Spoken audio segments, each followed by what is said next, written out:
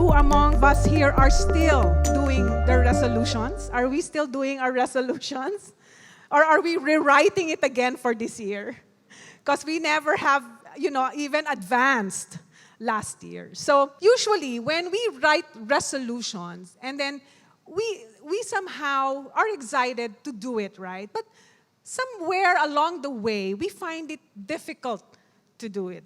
Because the bottom line is, it is difficult. Why is something so necessary so hard to do? Isn't it? I mean, the simple things in life, we find it difficult to do. For just one example, is this seat belt. This is always a struggle for me. I think especially ladies, when we wear something that is gusutin, and then we dread the seat belt, right? So we try to circumvent the seat belt, trying to put it here so that it will not affect our clothes. And the nightmare really is when you sit in the middle and you have no choice but for it to go around your waist. So it is necessary for us to use a seat belt to keep us safe, right? Is it hard to drink 8 glasses of water?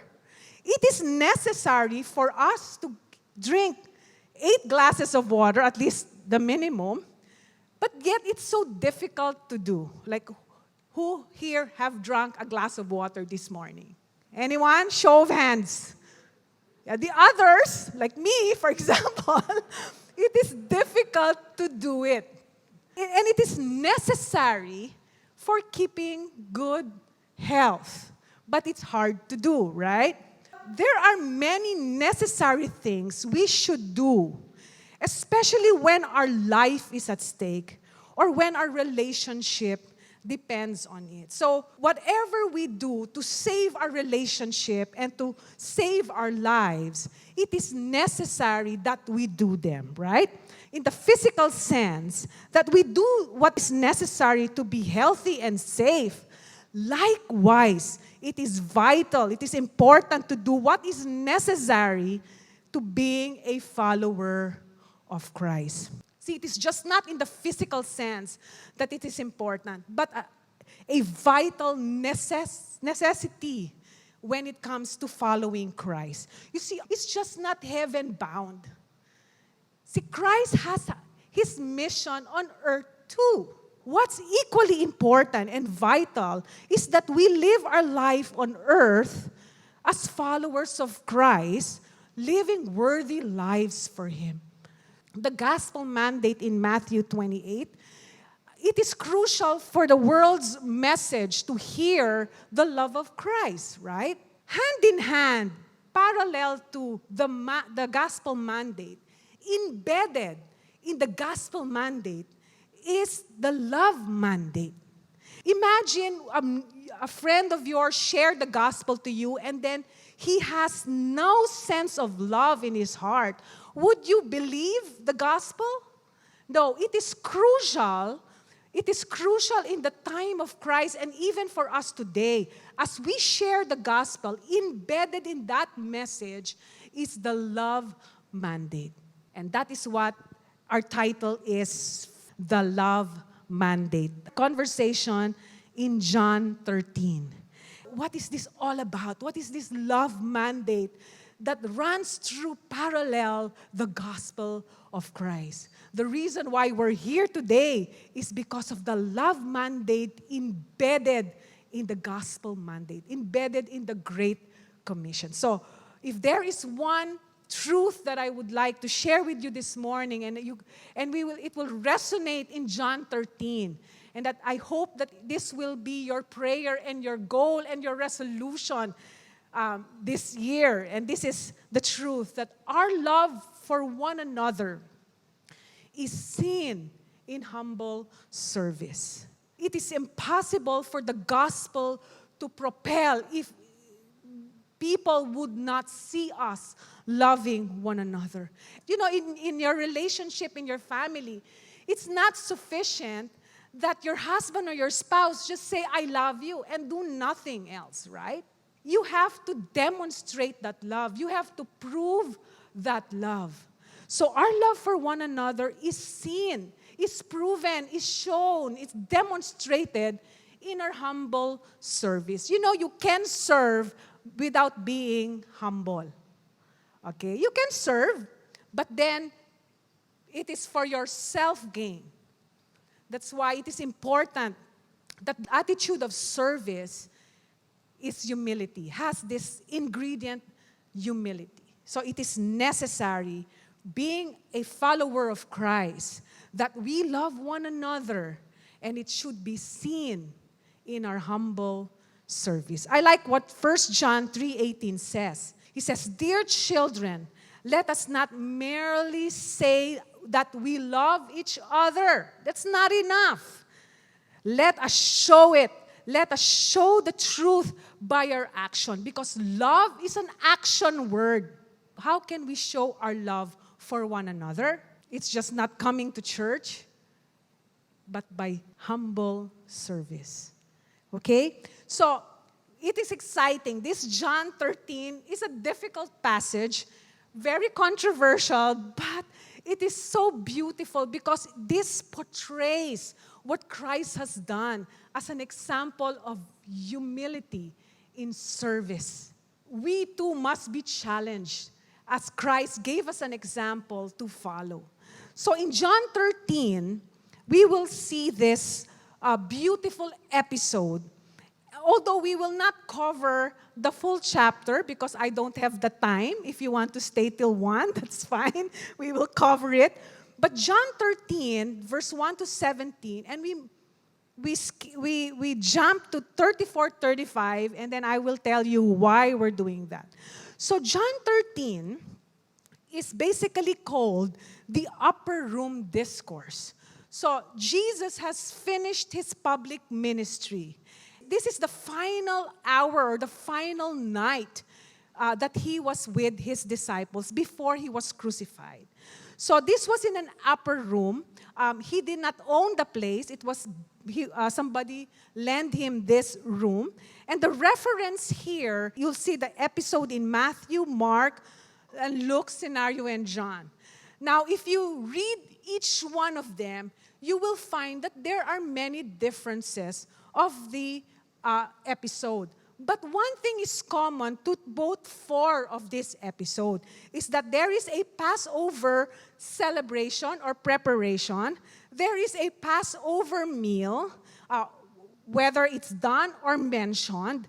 And then in those courses, as common to these 4 gospel, is the prediction of Judas' betrayal. And then the prediction of Peter's denial. 4 different episodes, but if you put it all together, you will see 4 angles. Just like, when there's a concert, you'll get bored watching a concert if there's only one camera, right? There's a side, there's a camera for the drums, there's different angles of the camera that is pointed to an object, right? So to get a proper view of what is really going on in the upper room. It is just not only Passover preparation, or it's just not the meal, or it's not just about Judas or Peter. There is something significant going on in the upper room. So, taking 4 angles together, we get this, okay? Mark, pretty much just like Matthew, basically the same. But if you look at Matthew 26, the chapter before that, in Matthew 23, there was already a dispute among the disciples of Christ. And Jesus was already teaching them that the greatest in the kingdom is the servant of all. So this is how Matthew viewed, although earlier, but if you look in Luke, he said it in the discourse of the upper room. So in Luke 22, Luke wrote about the dispute. After the communion or after the Last Supper or after the meal, Luke recorded the dispute among the disciples about who is the greatest. So imagine the last night of Jesus, and this was happening. So we focused on John because John gave us another episode about the feet washing that was not present in the other 3 gospels. And we will focus on this. The camera pans to this because this is important to understand the whole of the upper room discourse. So, but crucial to this is the epicenter. Okay? Just like the climax of a movie, this is the climax of the episode or the upper room discourse. And that is located in John 13, 34 to 35. So, now we gave you somehow the structure so we know where to navigate. So, let me take you to John 13, 34, 35, the heart of the upper room discourse. What does it say? Jesus said, "A new commandment I give you, love one another as I have loved you. So you must love one another. By this everyone will know that you are my disciples, if you love one another." Our love for one another is seen, is proven in our humble service. When John says new, so love your neighbor as you love yourself. We're not moving forward as a new, but we're going back to the Mosaic law because Jesus is the fulfillment of that law.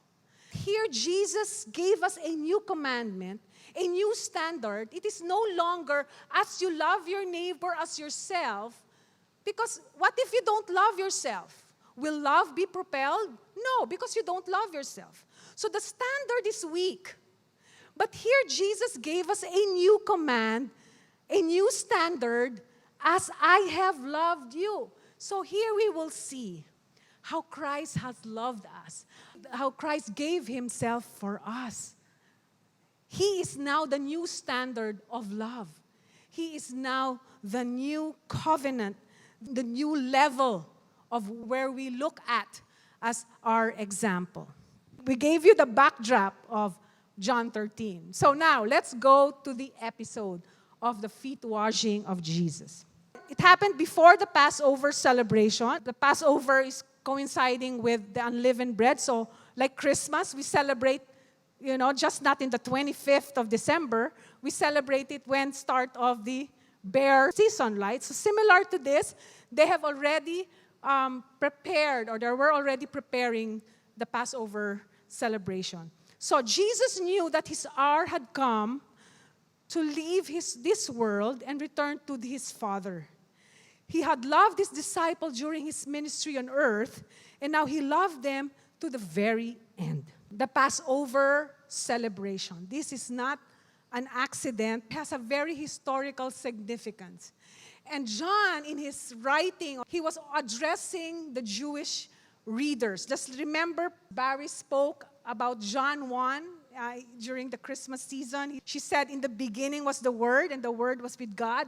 Remember that in the beginning resonate to the Jewish audience. This is the same thing. John wrote the Passover because this is something that the Jewish people, this is very significant to them. And looking back of what the Passover means is really, really important to the Jewish people because this is echoing Exodus. If you remember, I think all of us know the story of Moses, right?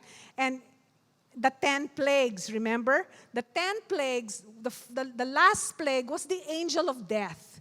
And the angel of death was the killing of the firstborn in the land of Egypt. For the Jewish people to be saved, they have to sacrifice a lamb, a spotless lamb, and that this blood will be painted on their doorpost.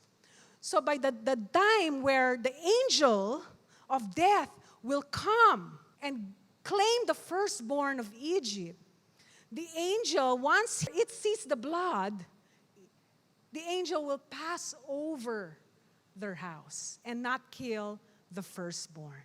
So it was commanded in the Mosaic law to commemorate this event. So until this very day, it is part of a major Jewish festival that is done all over the world wherever there are Jewish community. And Jesus knew the hour. Now, when you know your time is coming, sometimes we panic, right? If you know you're nearing a death situation, or you're nearing something that is important, or something, maybe an exam or a PSLE, we get nervous. But Jesus here knew that this hour was about to come. It was the only time now that he had with his disciples. So this is a crucial time. I remember when we travel and then we leave our kids, we make bilen, right? And we make sure that they do it. And it's important for them to do this while we are away. And similar to this, Jesus wanted them to know if there is one more thing that Jesus would like to tell his disciple or show his disciple. This was it. This was important. It was crucial because this was his last evening with his disciples. And he will return to his Father. That means he will not be no longer physically present. And the next physical appearance of Christ when he comes again. And here he said he loved his disciples during his ministry. And he loved them to the very end. He wanted to show that love, to complete it by demonstrating that love for them, by giving his life for them. So he loved them, not just that after that tapos na, and no, it is a complete kind of love.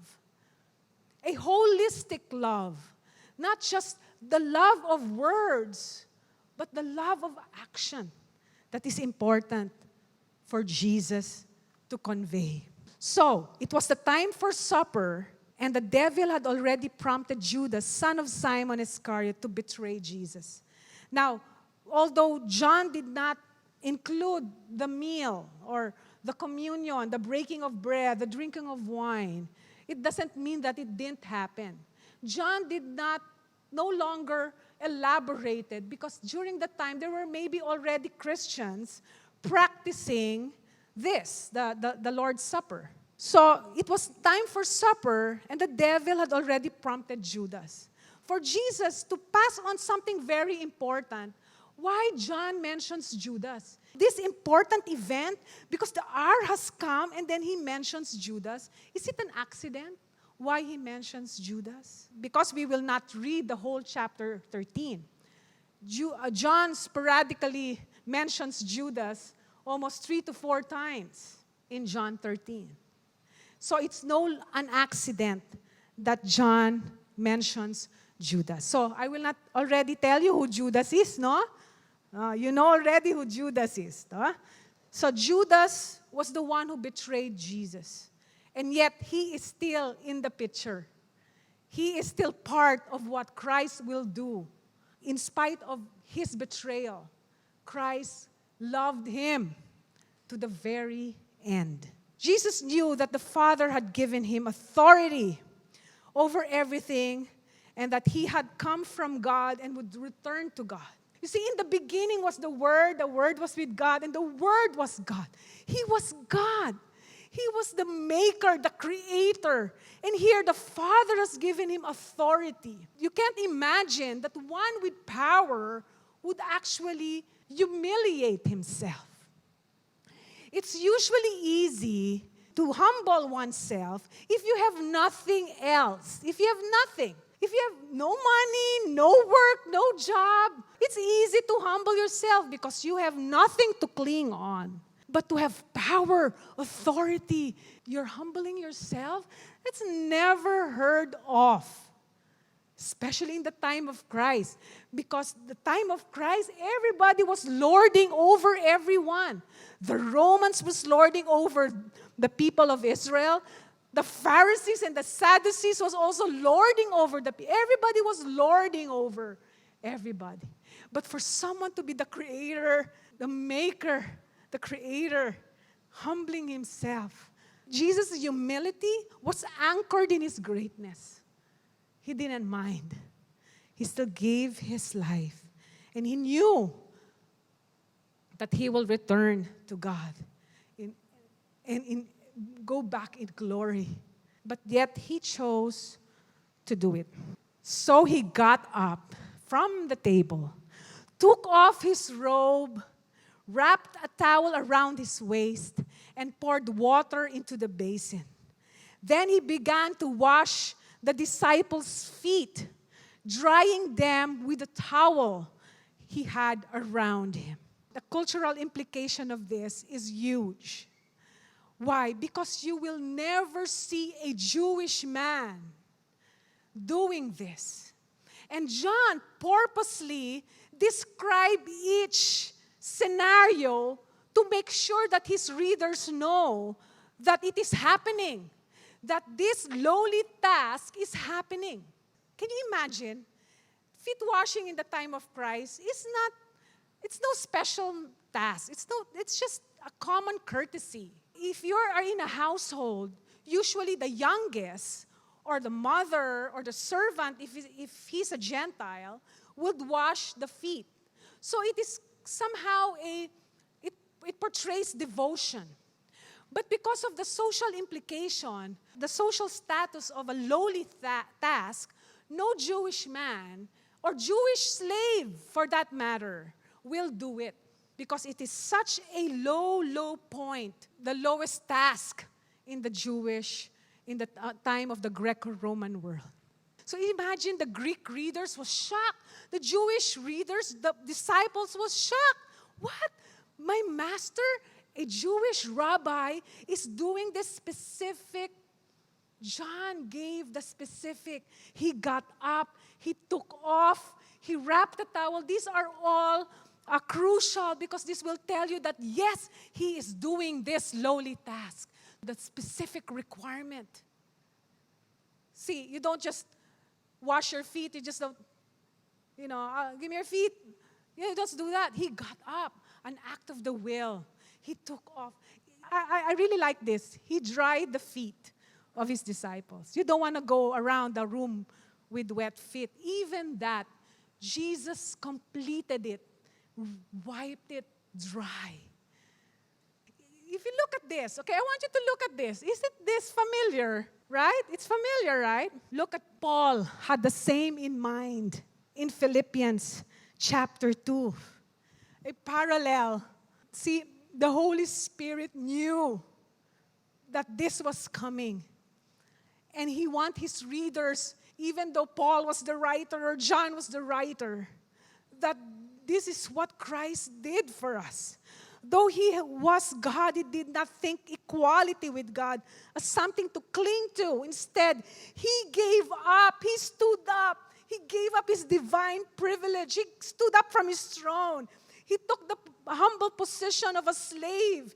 He lowered himself, took off his robe, and became a servant. And he was born as a human being, flesh. When he appeared in human form, he humbled himself in obedience to God and died a criminal death on the cross. Can you see the implication here of what Christ is doing? This was a crucial night for his disciples to learn. This crucial event, this crucial example, because if the gospel will propel, this humble service of love should go with it. Because otherwise, the gospel won't reach us. We will laugh at the gospel because it has no meaning. Because of the humility and the servitude of Christ, the gospel has reached us today. Who doesn't want to be loved? People want to be loved. When you share your life or your testimony or the gospel with your friends, don't just mention the gospel, show it with your love. That is the gospel. Guess who's the party pooper? Peter, anticlimactic. When Jesus came to Simon Peter, Peter said to him, Lord, wait. Are you going to wash my feet? Lord, are you going to wash my feet? I don't think that's how Peter said it. No. It was indignant. Peter said to him, Lord, are you serious, Lord? You're going to wash my feet, Lord? No way, Lord. I don't want to be a part of what you're doing because that is so humiliating. I don't want to be the instigator. Jesus was gentle. Jesus replied, "You don't understand now what I'm doing, but someday you will." "No," Peter protested. "You will never, ever wash my feet." Jesus replied, "Unless I wash you, you won't belong to me." Peter outrightly said, "No, never, ever."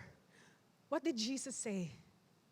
"Unless I do this, you don't belong to me." The Greek word is meros. It is used by the Jewish people as inheritance. If I will not do this, Peter, you will not be in my inheritance. You will have no part in my kingdom. You have no part in what I am doing.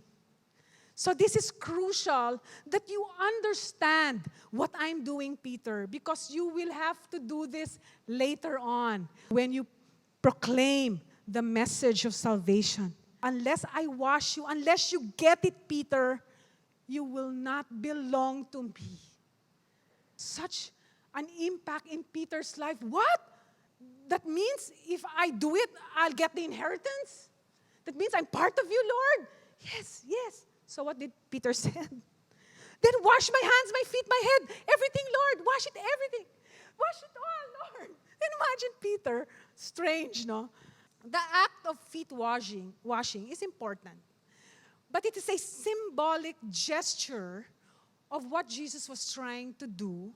It's like a shadow of what he's about to do. So to understand the cross, Peter had to understand the humble service here. So although Peter took it very literal, Jesus was very calm and met him where he was. In fact, Jesus replied, "A person who has bathed all over does not need to wash, except for the feet." And it is true. Even though you have taken a bath, it is still important to have your feet washed.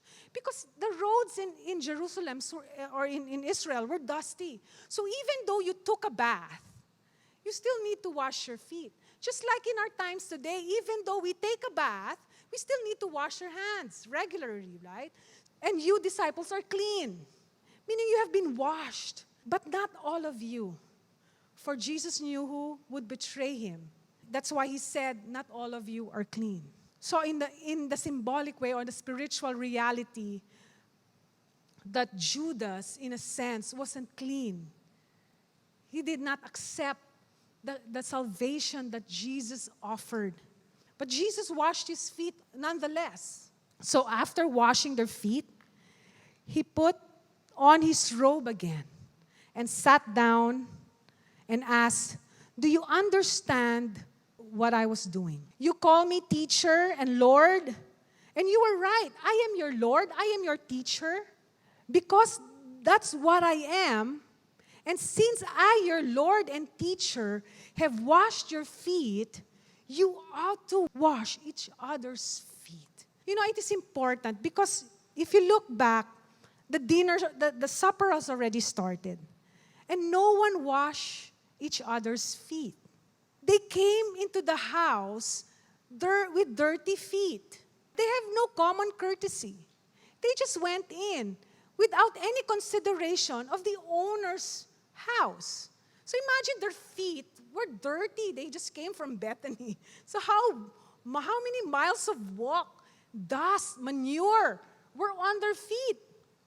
You see, what they could have done is to wash their own feet. But, you know, I was just thinking, imagining that if one probably took the basin to wash his feet, what will the others do? Pakiwash na rin. Pakiwash na rin, di ba? So to avoid that lowly task, no one ever washed anyone's feet. Funny it may seem, but Jesus was saying, wash each other's feet. Love one another. Serve one another. Because this is how the love mandate will propel in the message that you will proclaim. Because our love for one another is seen in our humble service to each other. It is impossible to love one another and then we will not show it. It is impossible. If Pastor Bush just says, I love you to me, and he does not go to the market, he goes to the market. He's the marketer. He's the one who's buying me sibuyas, kamatis. Can you imagine? He shows it. And in our lives, the same as well. Your spouse, your kids, show how they love you by cleaning their room. It is seen in our humble service when we love one another. It is impossible to come in this place and not be seen.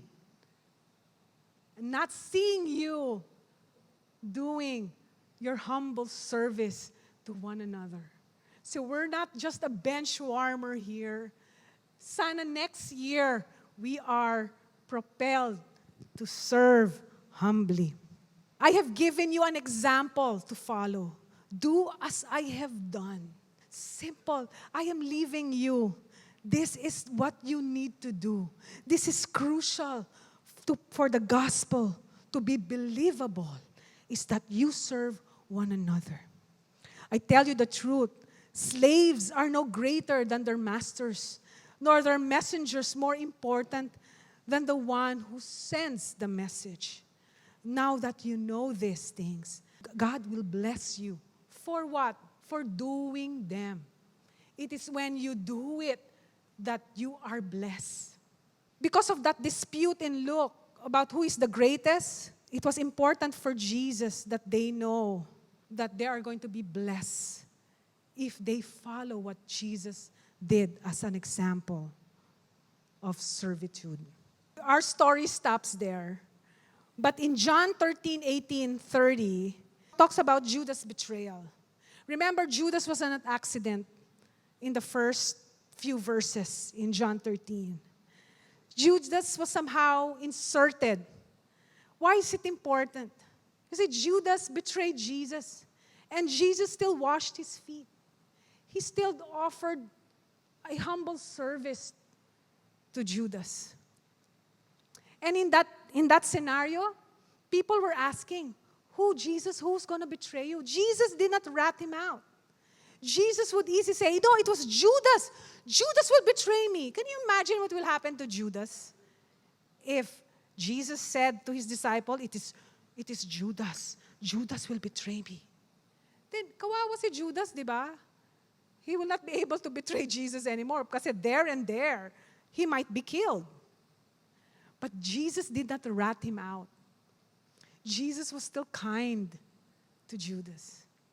And in our humble service, sometimes our humble service will not be reciprocated. There are still people that will betray us. But it should not stop because it did not stop Jesus from dying on the cross.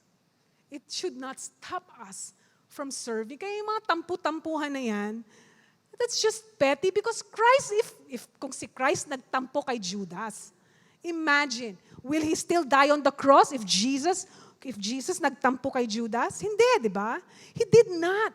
He continued to love Judas and fulfilled his mission in saving the world. Tayo, mga kapatid, New Year na, 2022. The world is not getting easier. And yes, sometimes we feel bad. In fact, in John 13:18, Jesus felt sad. He wasn't angry when he realized that Judas is about to betray him. He didn't feel angry. He felt sad. And yes, sometimes it's okay to feel sad when some people betrays us or hurt us. You know, we're not robots. We have feelings. But it should not stop us from humble service. So let us not stop from serving one another, even though minsan nakakainis. Diba? So now I am giving you a new commandment. That's why he said this. I am now giving you a new commandment. Love each other. Just as I have loved you. Remember, a new standard. So you should love each other. Imagine how many love there. Love each other just as I have loved you. You should love each other. Your love for one another. Why? Why is it important? Because this will prove This will prove that the gospel is believable. This will propel the gospel to save many lives as a salvation for many, because we have shown them the example of loving one another. This will prove to the world that you are my disciples if we love one another. So our love for one another is seen in humble service. Now, let me end. Before we go, let's visit the dispute. Do you want to see what happened? Minsan may chismis yung Bible, may chismis yung upper room. Tingnan natin what happened. Let's see what happened in Luke chapter 22. Curious lang tayo. Ano ba talaga nangyari, di ba?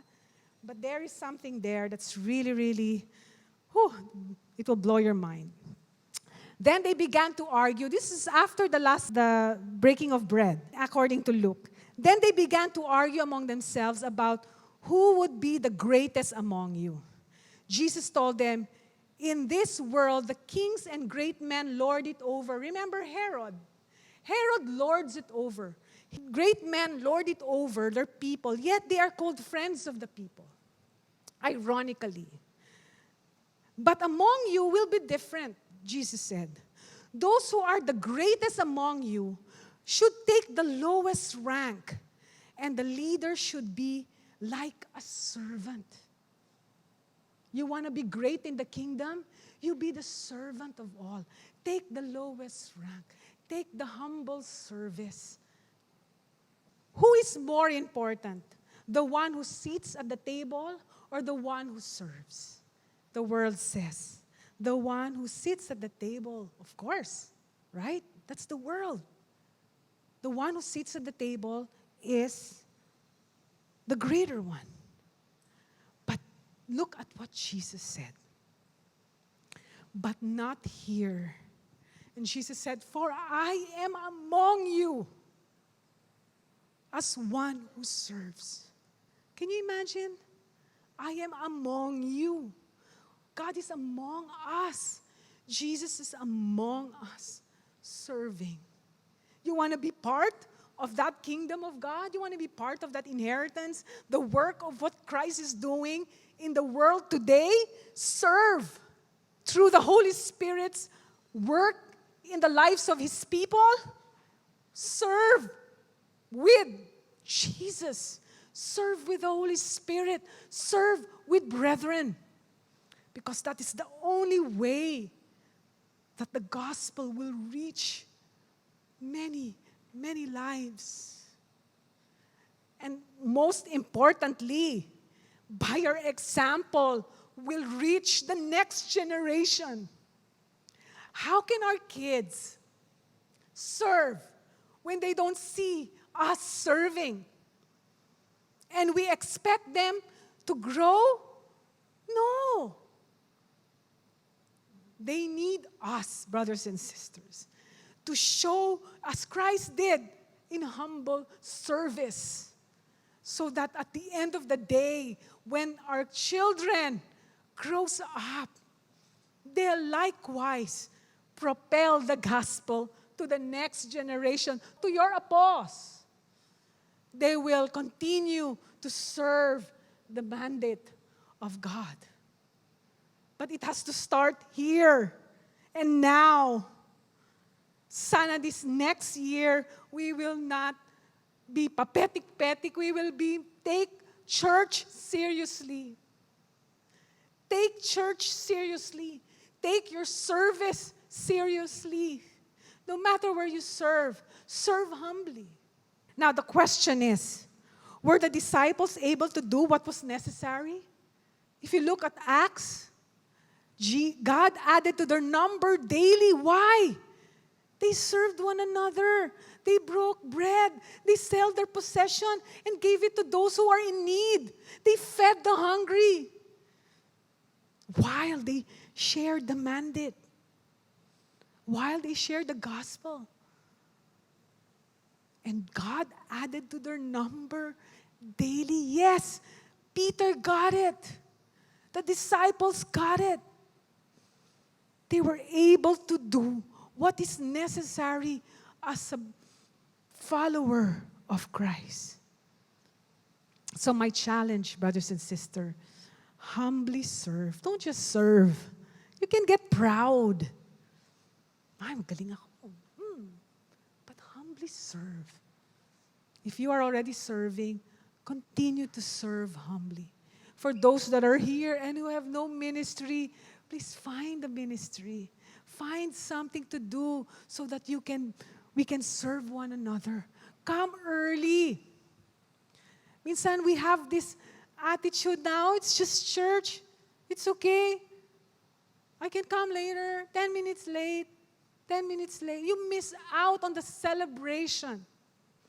You miss out on the congregation praising together. That's part of loving one another. Is that we praise together. We serve each other. Oh, this 2022, please, my challenge for you, each and every one of us, to humbly serve. Amen. Serve humbly. Because our love for one another is seen, it's shown, it's proven, it's demonstrated in humble service. To love as Jesus loved requires humble service. It requires sacrifice. It means taking up the mandate of love for the benefit of everyone, for someone else. And that is how love is made visible to the world.